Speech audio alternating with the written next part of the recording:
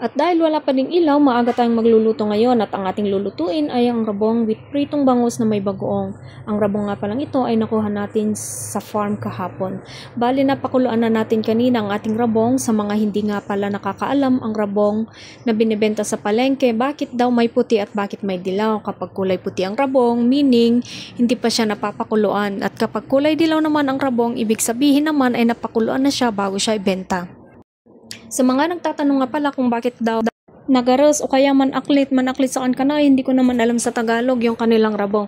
So ibig sabihin kasi ang rabong, bago po kasi natin siya lutuin, kailangan natin siyang pakuluan muna ng tubig. Tapos kapag kumulo na siya, pipigain mo siya and then itatapon mo yung unang kulo niya. Tapos hugasan mo ulit ng malamig na tubig bago mo ulit siya igisa para mas masarap ang ating rabong. Ipaprito nga pala muna natin lahat ang ating mga bangus bago natin igisa ang rabong para mas masarap. Sa pagpaprito nga pala ng bangus, para maiwasan na dumikit sa palayok, initin muna nating mabuti ang kawali ng mga 3 minutes. Kapag sobrang mainit na, saka natin ilagay ang bangus or ang kahit na anong uri ng isda ang ipaprito natin para maiwasan ang pagdikit nito sa palayok.